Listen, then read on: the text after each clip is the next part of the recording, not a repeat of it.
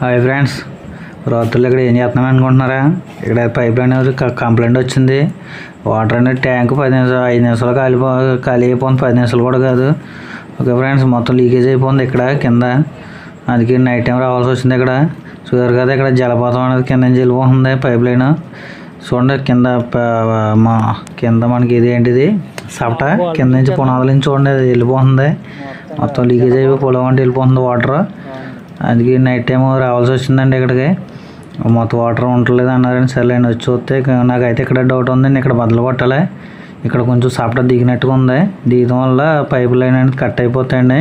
బాగా లోతే ఎక్కువ పెట్టే ఉంటారు ఇది పైప్ లైన్. అందుకే ఇది దిగిపోతుంది సపట. 5 లెవెల్లో పెట్టుకోవాలని పైప్ లైన్, లేదంటే ఇలాగ ఎడుతుంది అన్నమాట.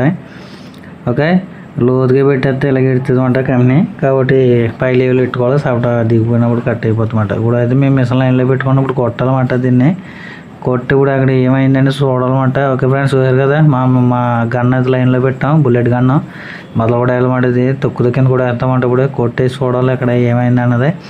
నాకు తెలుసుండి ఎక్కడ వేసేసి ఉంటుంది దెబ్బ. ఓకే ఫ్రెండ్స్, చూడండి మన వీడియో.